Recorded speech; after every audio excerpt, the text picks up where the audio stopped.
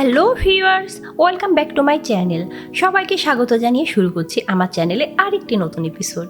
কেমন আছেন সবাই? আশা করি সবাই খুব ভালো আছেন। আজ আমি আপনাদের সাথে যে ভিডিওটা শেয়ার করতে যাচ্ছি সেটা মায়েদের জন্য খুবই হেল্পফুল, কারণ মায়েদের সবচাইতে বেশি কমপ্লেইন থাকে আমার বাচ্চা খায় না, কি করব। সেই ক্ষেত্রে এই ঘরোয়া টোটকাটা ভীষণ কাজ করবে। সত্যিকার অর্থে বাচ্চাদের না খাওয়ার পেছনে কিন্তু অনেক কারণ থাকতে পারে, যেমন গ্যাস, অম্বল অথবা খাওয়াটা ঠিকমতো হজম করতে পারছে না, বা গ্যাপ ডিউরেশন কম থাকলে, বা বাচ্চাদের অ্যাক্টিভিটি লেভেলও কম থাকলে। অনেক কিছুই তো সমস্যার কারণ থাকে, আর সেটি যে সমস্যাই হোক না কেন এই ঘরোয়া টোটকা কিন্তু আপনাদের বাচ্চাদের 100% কাজে লাগবে। আর এই টোটকা ফলো করে আপনার বাচ্চাকে খাওয়ালে আপনার বাচ্চার মুখের রুচি বাড়বে, খাবার দ্রুত হজম হবে, এবং যে সকল বাচ্চাদের বমির সমস্যা আছে, ঘন ঘন বমি করে, সেই সকল বাচ্চারা যদি এই টোটকাটা খায় তাহলে কিন্তু তাদের বমির সমস্যাটা দূর হয়ে যাবে। তো কথা না বাড়িয়ে চলুন শুরু করা যাক মূল রেসিপিতে। যারা এখনও আমার চ্যানেলটি সাবস্ক্রাইব করেননি, প্লিজ চ্যানেলটি সাবস্ক্রাইব করুন এবং পাশের নোটিফিকেশন বেল আইকনটি ক্লিক করে রাখুন আমার নতুন নতুন ভিডিওর আপডেট পাওয়ার জন্য। এখানে আমি 1 চা চামচ জিরা এবং 1/2 চা চামচ মৌরি নিয়ে নিয়েছি। একটি ছাঁকনির মধ্যে এখন আমি জিরা এবং মৌরি দিয়ে দেব। এখানে 1 চা চামচ জিরা ও 1/2 চা চামচ মৌরি আছে, আমি আবারও বলে দিলাম। এখন পানির সাহায্যে জিরা ও মৌরি খুব ভালোভাবে ধুয়ে নেব। এই ধোয়ার ফলে জিরা ও মৌরির ভিতরে যে হালকা ধুলার ভাবটা আছে সেটা কিন্তু চলে যাবে। দেখতেই পাচ্ছেন এক্সট্রা নোংরাগুলো কিন্তু পানির মধ্যে বের হয়ে গিয়েছে। এখন আমি এই জিরা ও মৌরি একটি বাটিতে ঢেলে নেব। আমি জিরা ও মৌরি একটি বাটির মধ্যে ঢেলে নিয়েছি। এখন 2 টেবিল চামচের মতো পানি দিয়ে দেব। আমি 2 টেবিল চামচের মতো পানি অ্যাড করে দিয়েছি। আর এখন এই দুইটি উপকরণ আমি 15 মিনিটের মতো ভিজিয়ে রাখবো। মৌরি কিন্তু পিত্তরস নিঃসৃত করতে সাহায্য করে, ফলে হজম প্রক্রিয়া সক্রিয় হয় এবং বাচ্চাদের খাবার দ্রুত হজম হয়ে যায়, এবং বাচ্চাদেরও কিন্তু দ্রুত খিদা লাগে এবং মুখের রুচি বাড়ে। তো ফিরে আসছি আমি 15 মিনিট পরে।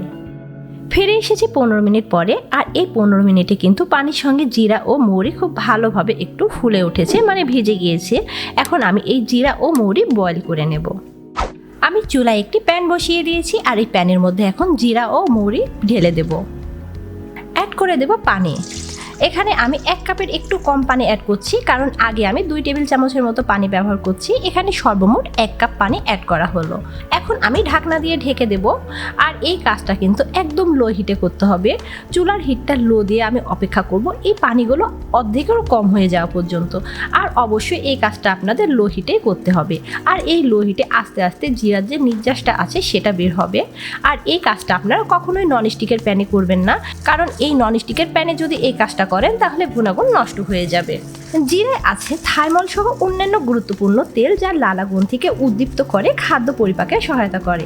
এছাড়া হজম প্রক্রিয়ার দুর্বলতা কাটিয়ে উঠতেও সহায়তা করে জিরা। আর যে সকল বাচ্চারা খুবই বমি করে, মানে দেখা যাচ্ছে বাচ্চার প্রচুর পরিমাণ বমি হচ্ছে, খাবার খেলেই বাচ্চাদের বমি হয়, সেই সকল বাচ্চাদের এই রেগুলার যদি এই হোম রেমিটা খাওয়ান তাহলে কিন্তু দেখবেন এই সমস্যা কেটে যাবে। আর বাচ্চার অনেক সময় গ্যাস্ট্রিকের সমস্যার জন্য বাচ্চা কিন্তু খেতে চায় না, তাদের এইটা রেগুলার খাওয়ালে দেখবেন গ্যাস্ট্রিকের সমস্যা দূর হয়ে যাবে এবং বাচ্চার খাওয়ার রুচিও বাড়বে। অনেক সময় দেখা যায় বাচ্চা কিন্তু খুবই খাওয়ায় অরুচি, খেতেই চায় না। এটা নিয়ে কিন্তু মায়েরা অনেক বেশি কথা বলেন। সেই সব বাচ্চার উপরে এটি প্রয়োগ করলে আপনারা কিন্তু খুব দ্রুত রেজাল্ট পাবেন। তো আমি চুলার লো হিট দিয়ে এখন এটি রান্না করে নেব, এবং রান্না করব অর্ধেকেরও কম হওয়া পর্যন্ত। তো ফিরে আসছি ততক্ষণ পরে। ফিরে এসেছি আমি আধা ঘন্টা পরে।